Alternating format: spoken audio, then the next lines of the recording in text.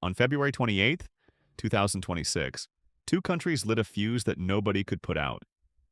The United States and Israel launched coordinated airstrikes on Iran under Operation Epic Fury.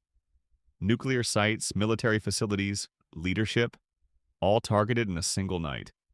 Iran's supreme leader Ali Khamenei was killed before sunrise, and within hours the world's most important waterway went completely dark. This is the story of the Strait of Hormuz, and what happens when it stops working. Most people have never heard of this place, but they are about to feel it everywhere. At your gas station, in your grocery store, in your electricity bill, starting now. The Strait of Hormuz is just 21 miles wide at its narrowest point. That is barely wider than the English Channel on a map. But through that 21-mile gap, roughly 20% of the entire world's daily oil supply flows, every single day, rain or war or peace, for decades, until February 28th. On that day, 50 oil tankers transited the strait, a completely normal, busy day. The next morning, only 3 tankers moved through. 3 out of 50. That is a 94% collapse in ship traffic in less than 24 hours. Nothing in modern history has ever happened this fast to global energy supply. Not the 1973 oil embargo, not the 2008 financial crisis. Nothing like this, ever. To understand why this is catastrophic, you need to know what actually flows through there. Every single day, 20 million barrels of oil pass through this tiny corridor. 20 million barrels. Every day. Gone now. On top of that, 20% of global liquefied natural gas exports also move through here. Oil, gas, and the entire energy foundation of the modern world. All through one gap. And Iran just told every ship on Earth not to enter. Or else. Iran's Revolutionary Guard transmitted warnings via radio directly to vessels already inside the strait. No ships would be permitted to pass. Any vessel attempting transit would be targeted. These were not empty threats. The attack started almost immediately after the warning. A container ship called Safine Prestige was struck by a projectile while transiting eastbound. The crew abandoned ship after a fire broke out in the engine room. At least 8 commercial ships were attacked in the waters around the strait within days. And here is the part that really breaks your brain open. Iran did not use warships. It did not lay naval mines. It did not send submarines. All Iran had to do was conduct several cheap drone strikes near the strait. And all of a sudden, every insurer and shipping company decided it was too unsafe to move. Cheap drones. That is the weapon that shut down 20% of the world's oil supply. One drone cost maybe $10,000 to build. The economic damage caused? We are talking hundreds of billions, and climbing every single day. Because once the insurers walk away, the entire system collapses immediately. Major maritime insurers including Guard, Schooled, North Standard, and the London P&I Club canceled war risk coverage. No insurance means no shipping company on Earth will send a vessel through. Period. It does not matter if the U.S. Navy escorts them. The math does not work without insurance. Even with escorts offered, it is a war zone. Certain ships are going to sink. So the biggest shipping companies on the planet all made the same decision within hours. Maersk, MSC, Hapag-Lloyd, and CMA CGM all suspended operations through the Strait of Hormuz. These 4 companies collectively move a massive share of everything the world trades. Every phone, every car part, every piece of clothing.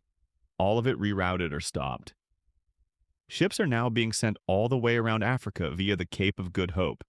That adds weeks to every voyage, and thousands of dollars to every single shipment. Now here's where it gets even worse, and it does get worse.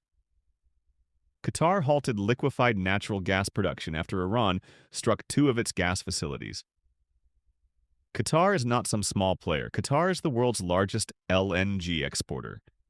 Ras Laffan alone produced 112 billion cubic meters of LNG in 2025. That facility is now offline. Completely. Europe is already feeling it in real time. Natural gas prices in Europe spiked from 30 euros per megawatt hour to over 60 euros, nearly doubled in 3 days. And Europe is not even the most exposed region to this crisis. Not even close. 84% of the crude oil and LNG that moved through Hormuz last year went to Asian markets. China, India, Japan, and South Korea accounted for 69% of all Hormuz crude flows. These are the four largest manufacturing economies in Asia, all simultaneously squeezed right now. About 60% of India's oil imports come from the Middle East. Gone now. Qatar and the UAE account for 99% of Pakistan's LNG imports. 99%. Pakistan does not have an alternative. There is no backup plan for 99%. Bangladesh is already running a structural gas deficit of over 1,300 million cubic feet per day, and now their primary supplier is cut off by a war they have nothing to do with. This is the brutal reality of a world built on one single choke point. Now let us talk about the number everyone is watching. Oil prices. Brent crude jumped 10 to 13% in initial trading after the strikes on Iran. That sounds manageable, until you hear what analysts are actually projecting right now. A prolonged blockade of the strait could push oil to $130 per barrel. Some extreme scenario estimates warn of prices as high as $300 per barrel. $300. Think about what that does to everything you buy. Gasoline, heating, plastics, food transport, every product on every shelf in every store. Analysts are already calling this potentially the biggest energy crisis since the 1970s oil embargo. And that embargo caused a global recession that lasted years. We all know how that ended, but here's the question nobody is answering on television right now. Can the U.S. military just reopen the strait by force? The honest answer is complicated, and scarier than the simple version sounds. America has the most powerful navy on Earth. Carriers, destroyers, submarines, everything. But the strait is Iran's backyard. Iran has been preparing for this scenario for decades. Iran has an estimated inventory of more than 6,000 naval mines as of 2025.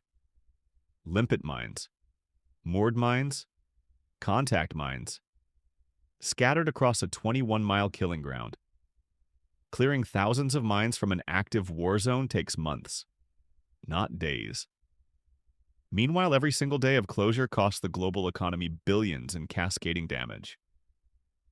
Iraq is now having to shut down production in some of its largest oil fields, because without being able to export through Hormuz, there is nowhere to put the oil. Landlocked production just stops. Billions in revenue evaporating every single day, and the ripple effects are only beginning to reach ordinary people around the world. Every shipping delay means empty shelves later. Every oil spike means higher food prices, because modern farming runs on diesel. Modern logistics runs on fuel. Modern life runs on energy. You do not feel a war in the Middle East the day it starts. You feel it 6 to 8 weeks later when prices everywhere quietly start climbing. So, what happens next? 3 possible scenarios are being debated right now. Scenario 1. A ceasefire is negotiated within weeks. Shipping resumes. Markets recover slowly. This is the optimistic scenario. But a ceasefire requires leadership willing to negotiate. Iran's supreme leader was killed in the initial strikes. That creates a massive power vacuum. Power vacuums do not produce fast diplomatic solutions. History has proven this every single time. Scenario 2. The crisis drags on for months. Strategic reserves get depleted worldwide. IEA member countries hold more than 1.2 billion barrels of public emergency oil stocks. That sounds like a lot. At 20 million lost barrels per day, do the math yourself. Scenario 3. The conflict expands. Other regional actors enter the equation entirely. Houthi-controlled Yemen announced on February 28th it would resume attacks on commercial ships in the Red Sea. So now the Strait of Hormuz is blocked. The Red Sea is blocked. The Suez Canal is paused. 3 of the world's most critical shipping corridors, all compromised at the exact same time. Everything the global economy built over 50 years is being stress-tested simultaneously right now. There is a phrase that energy analysts use specifically for the Strait of Hormuz. They call it the jugular vein of the entire global energy system. A jugular vein. Cut it and everything downstream stops functioning. Immediately. No exceptions. That is where the world stands today. A 21-mile waterway holding everything hostage. The ships are anchored, the oil is stuck, the gas prices are climbing daily, and the world is watching a narrow strip of water decide the fate of the global economy. Next time you fill up your tank and wonder why the number keeps climbing, remember this strait. Remember these 21 miles. Remember what happens when the world's jugular gets cut.